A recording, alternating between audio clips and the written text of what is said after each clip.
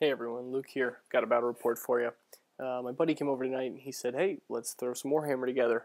So he didn't bring in his armies, we grabbed two of mine. He played Ogres, I played Bretonnia. I was kind of itching to play them because I spent a ton of time painting them over the holidays, and God, I really haven't played them too much. As soon as I picked them up, I got the Ogre army pretty quickly after, so they kind of were collecting dust. So that's where we are. Additionally, I've been decided to try a new type of battle report here, see how you guys like it. Normally I just do video snippets while the battle's happening, but you kind of lose a lot. You have some advantages of both, but I've been watching a lot of battle reports by guys like Once Bitten. So I decided to give this a try. There's a lot more you can talk about, and people can call you out on if you're wrong and hopefully learn something, so feel free to do that to me.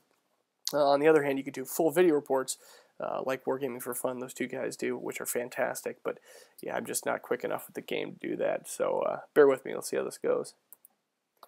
So here's a battle. We had 1750 points.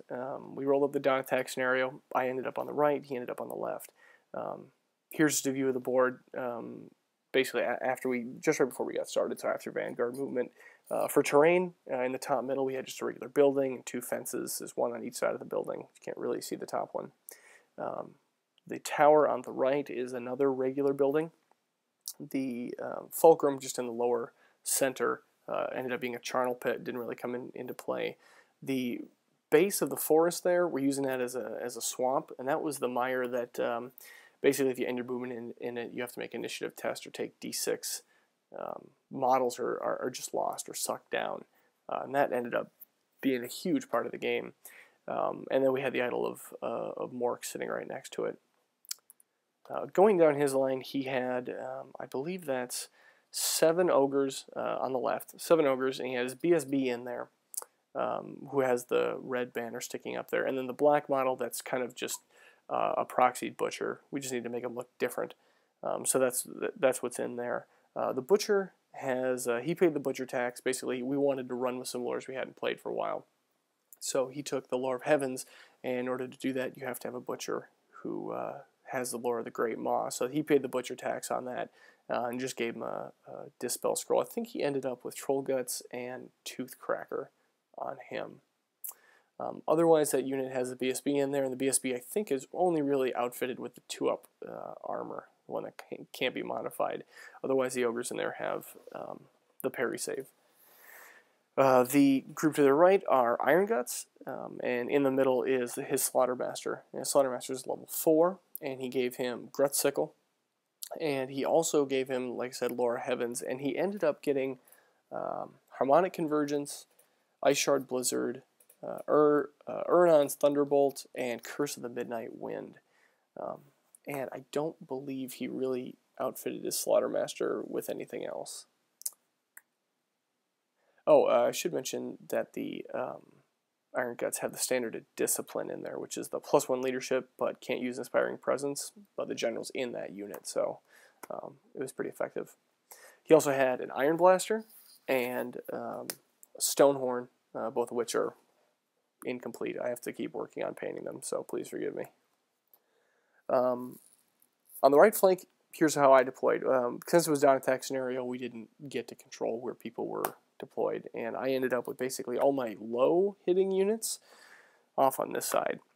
And with this is after Vanguard movement, so the way that they deployed, the way I was forced to deploy them in the order I chose kind of meant that my peasants had to be crumpled up right there in that corner, almost unable to shoot anyone the whole game, which kind of stunk. But I've got 2 groups of 10 peasant bowmen with braziers and defensive stakes. I've got 3 Pegasus Knights. I think they just have a standard bearer and a musician. And then I have a group of mounted yeomen there, and I'm proxying those with Blood Knights. Going down the left, I have a trebuchet there. And then I decided to try 2 groups of knights this time. I'm still kind of painting and building up my knights, but I've got Knights of the Realm on the right there. On the far left, I've got Knights Errant. And the Knights of the Realm, I have 2 casters, both level 2 damsels in this one. And I put the damsel with she had the Chalice, which gives you more dispels, and she had the Lore of Life in there with her. Then next to them, I had I think it was 24 men-at-arms, and put the other damsel in with them and gave her the prayer icon so that she could share the blessing of the lady with them. And I'm proxying her with that beautiful necromancer scene there. I kind of find that fitting. The unpainted Pegasus Knight there is my lord. And I knew I was going to have to fight some big tough ogre guys, so I didn't really make him too defensive, actually defensive at all. I gave him the Virtue of Heroism, which gives him Heroic Killing Blow, and then I gave him a Royal Pegasus to fly around on, and the Sword of Bloodshed, the one that has +3 attacks. I wanted to get as many chances to fly around and take out that Iron Blaster, try to get that Stonehorn as I could. Then to his side, there's my group of Knights Errant, and in there is the Battle Standard Bearer, and the Knights Errant themselves have the Errantry Banner. I just painted those guys up, so I haven't ever tried Knights Errant yet, so we'll see how they do. And then I proxied the little cannon from Skull Pass is another trebuchet. So we start the battle. So Ogre turn 1. My opponent just moves up a little bit. He doesn't do a full march on any of his guys. Moves up both units. He's kind of like got a little cradle there of the mire and the idol, which is impassable terrain. And he's just moved up. Both of us are wanting to charge the other one.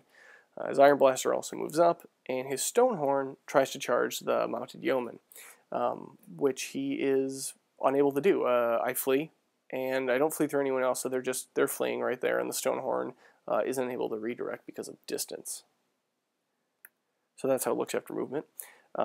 This is during Magic. I took this picture to remind myself to talk about Gret's Sickle and how it came into effect. Basically, he's able to roll two. If you're not familiar with it, you can roll 2d6 every Magic phase, every one of your Magic phases, and as long as you don't roll double ones, you do 1 wound to the unit distributed as per shooting, and you get +2 to your casting for the rest of the Magic phase. It's fantastic.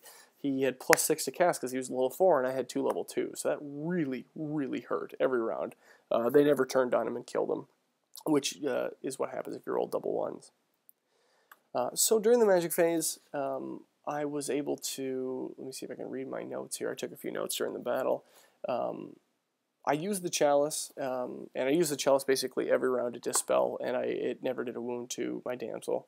So for the rest of the game, that was helpful.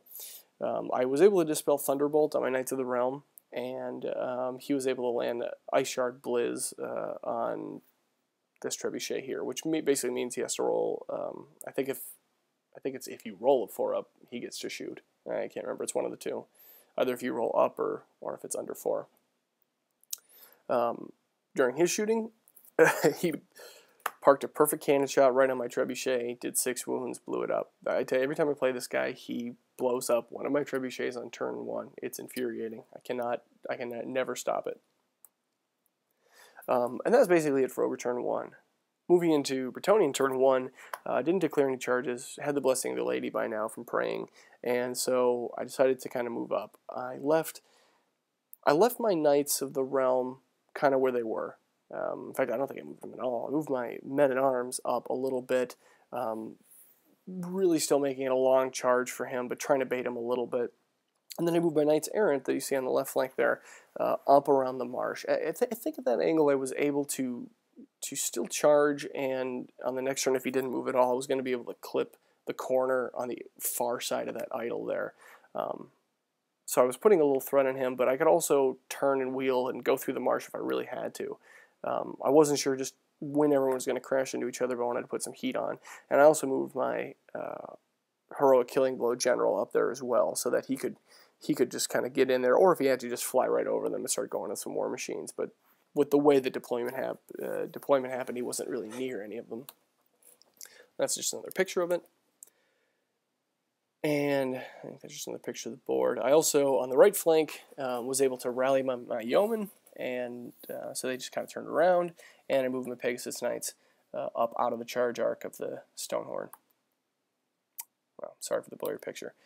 So this is on Ogre turn 2. During my Magic phase, basically everything was dispelled, and my shooting completely missed the Iron Blaster.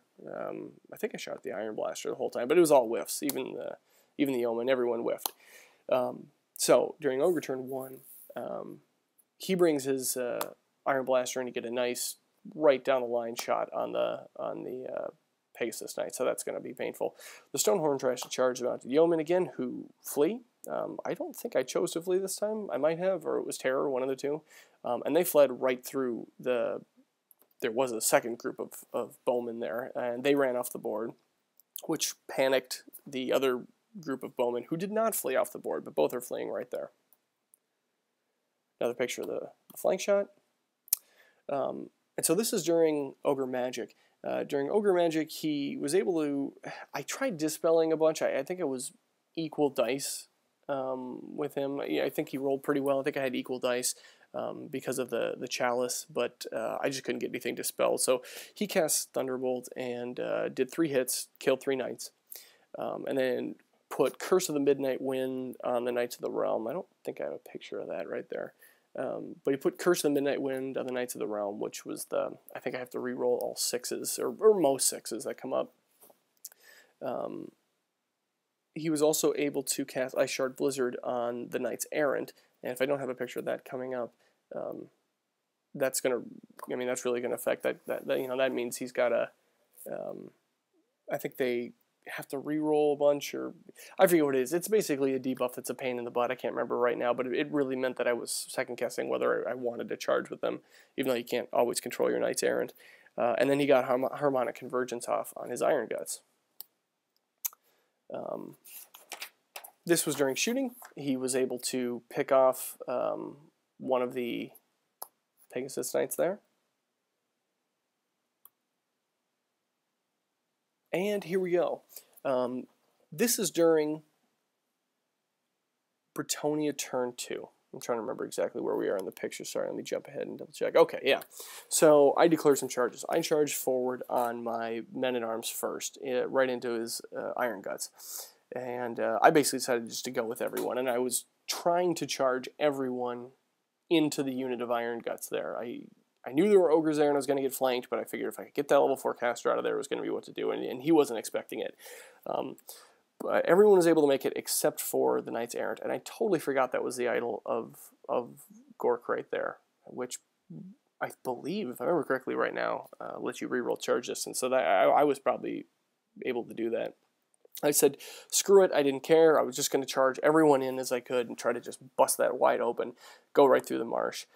Going through the marsh, as you can tell, I didn't make the charge on the Knights Errant there on the left, and one knight died to dangerous terrain, but everyone else made it in, including my Heroic Killing Blow General. On this side, I was able just to move the remaining 2 Pegasus Knights around. And so we go into Magic here. I've still got Curse of the Midnight Wind on me. Let me see if I remember what I did. I tried casting Wissen's Wild Form on the Knights, and that brought out the Dispel Scroll, which is probably a pretty good time to do that.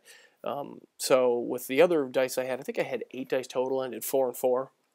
My second cast, I tried to get Regrowth off and grow back those 3 Knights I was missing, and he just blew it out of the water. Since he used Dispel Scroll, he had me outmatched there. So during shooting, I don't think I had any shooting because I had rallied everyone, and then my Trebuchet from the far side, the only one that was still there, shot and missed. I think he misses all games till right at the end. And so then we go into this bloodbath here. During this bloodbath, let's see if we have a picture. That's going into combat, and at the end of combat, it was a draw. It was odd because there was a lot of wounds left and right. My Killing Blow General issued a challenge. He accepted with the champion. Boom, killed him right away. Wasn't quite sure how Overkill worked with Heroic Killing Blow, but we just capped it at the amount of wounds that he had on the guy I killed, so 3. But I mean, I think if you count doing 1 or 2 wounds plus 2 Heroic Killing Blows, I wasn't sure if that was going to hit the max or not, but we just capped it at his profile. And then he killed a couple of my men-at-arms. He killed 2 of the Knights of the Realm, and I don't remember how many wounds I dished out, but it was enough such that with all the flanks and everything, we were even. So this is after his movement on, this is probably his turn 3 by now. He charges his guys in to my knight's errand. And it was terrible. He charges in, we get everyone lined up, and we say, okay, that's good.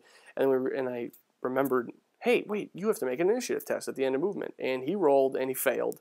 I also had to, and I think I lost one knight. In this picture, I hadn't rolled yet, but he lost 6 ogres. And in this picture, I had to correct him. He had only taken 5 off. He lost 6. And so he only had 1 battle standard bearer, 1 ogre, which was his champion, and the butcher.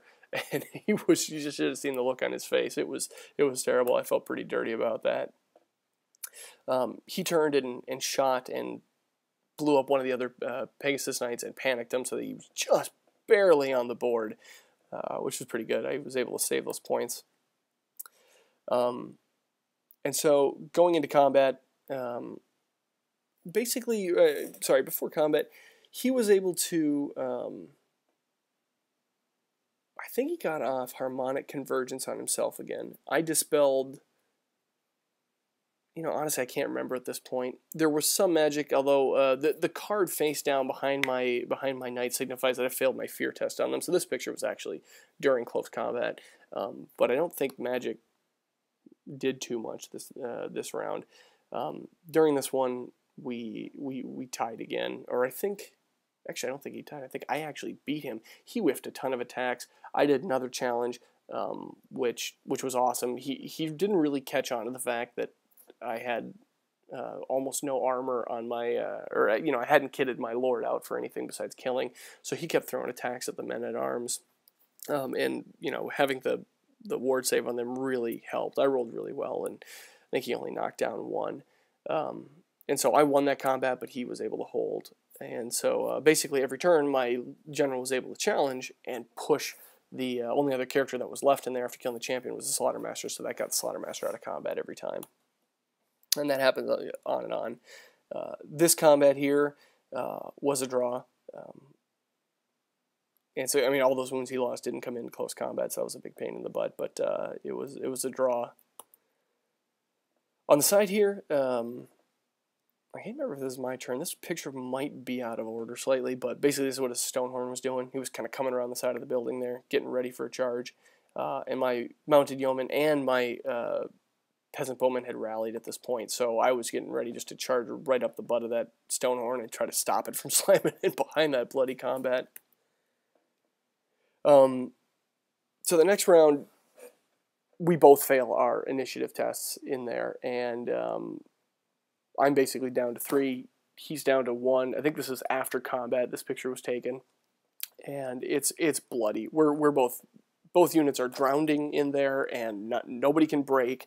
We should be taking panic tests from the severe losses we're losing from the swamp, but you can't take a panic test in close combat, and we're stuck in this swamp just hoping the other one breaks.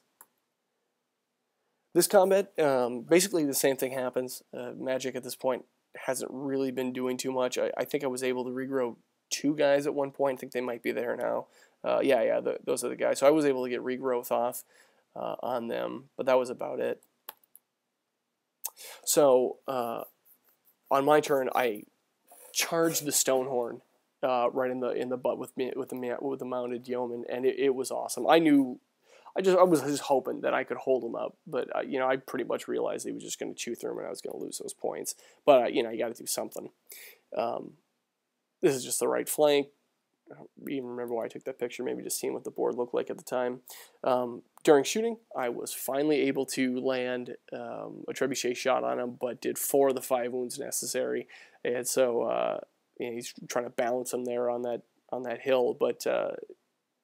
It was just fun to finally get a hit on him because my trebuchets never do anything to this guy. So after combat, with the we did the Stonehorn and Yeoman first. Yeoman actually won the combat. Because they had the charge and they were in the rear, and I think I was able to do 1 wound. I can't quite remember, but I think it was from the horses. The Yeoman's lances just didn't do anything, but. We won the combat, and he broke. I think he rolled like an 11 on his leadership, and he wasn't in the bubble or anything like that, so he broke and ran. And at this picture, this is how far he ran. We made a mistake at this point, because just looking at him, we just assumed the fact that we assumed that, well, that Stone Horn has to have Swift Stride, so we were rolling 3 dice all the time.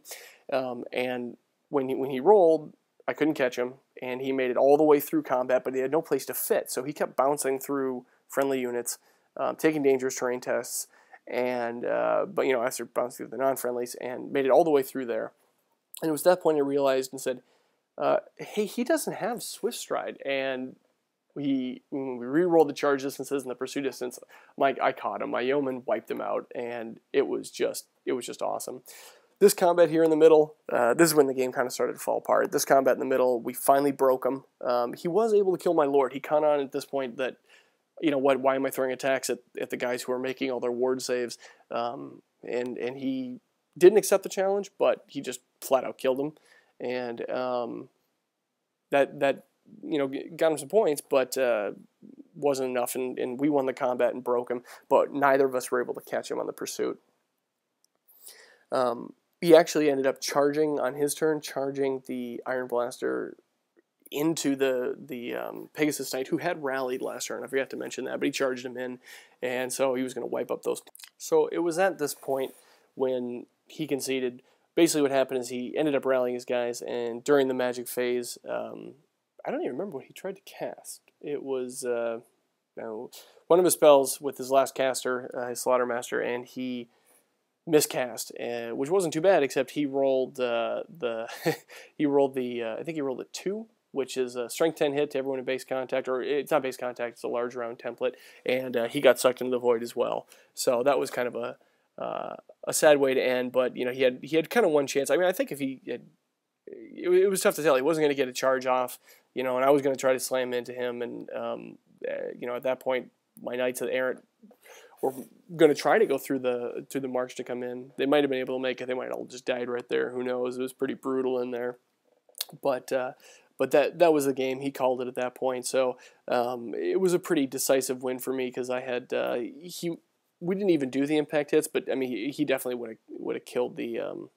Pegasus Knight, but I still had enough of the bigger groups of the points in there that it was a win for me. We never really added it up, but so it was a pretty good game. It was very crazy. It was fun to play Bretonnia again. I'm sure we made lots of mistakes and deployment and who we decided to go after and all that, but it was nice to actually play the Bretonians again, and I just absolutely love those ogres. I think they're absolutely fun. I think they're got a ton of power, and it's a damn good game. So thanks for watching.